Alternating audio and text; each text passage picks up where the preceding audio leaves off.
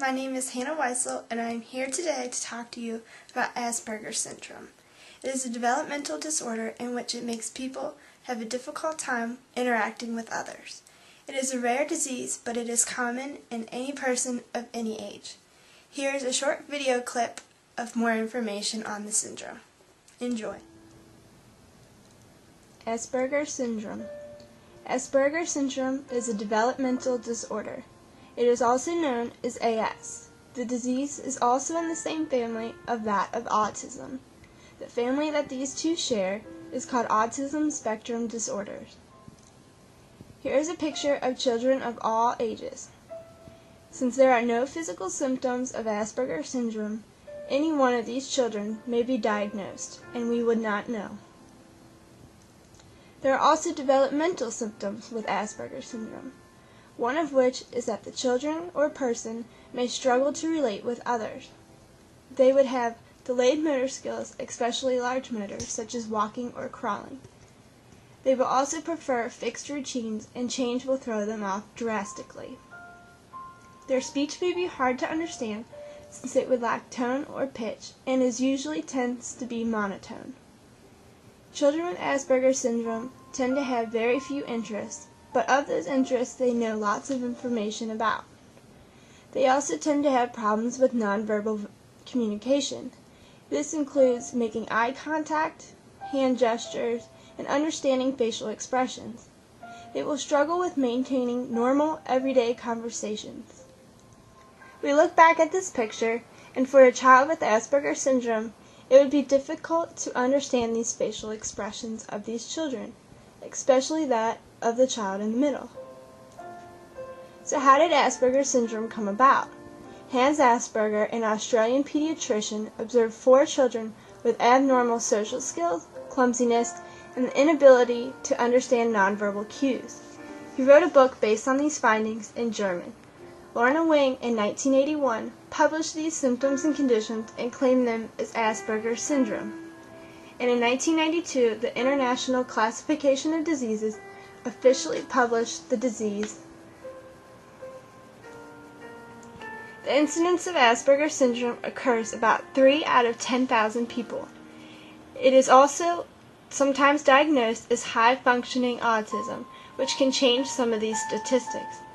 Overall, though, it is considered a rare disease.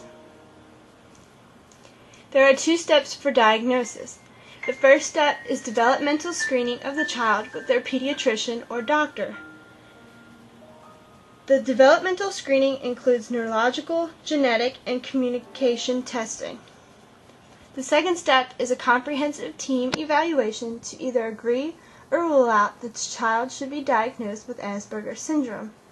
The team consists of a psychiatrist, neurologist, psychologist, speech therapist, and any other professionals with knowledge of Asperger syndrome. It is said that brain abnormalities are the cause of Asperger syndrome. There are differences that have been noticed in brain activity between those with Asperger syndrome and those without it. These patients, when asked to use their judgment, these differences were found in their frontal lobes. Learning about the syndrome is one of the best ways that the families can understand how the child deals with certain situations. Providing many social experiences for the child can help them in social situations. Providing experiences that are even outside of the comfort zone can be difficult, but will especially help the child. Using daily routines and visual aids will help guide the child in the right direction. By focusing on the child's strengths and working on the child's weaknesses, the family can build the child's confidence, which will make them feel more comfortable in more different social situations. There are some resources for certain families. First, there is aspergerinfo.com. This is a community discussion board where people can ask questions and share concerns, information, and resources about Asperger syndrome. There is also a group called Global and Regional Asperger Syndrome Partnership. This partnership is an educational and advocacy organization for people who have Asperger syndrome or autism. The organization educates people about Asperger syndrome and autism and provides support for people with these conditions. Another organization is Families of Adults Afflicted with Asperger Syndrome. This is a support group for family members of adults with Asperger syndrome. The goal of this organization is to help families who are affected by Asperger syndrome and to provide information to the medical, psychological, and neurological communities about how Asperger syndrome has impacted the lives of family members today. The last organization is MAAP Services. This is an organization that helps set up resources that the families can use.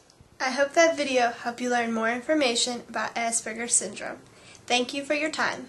Bye.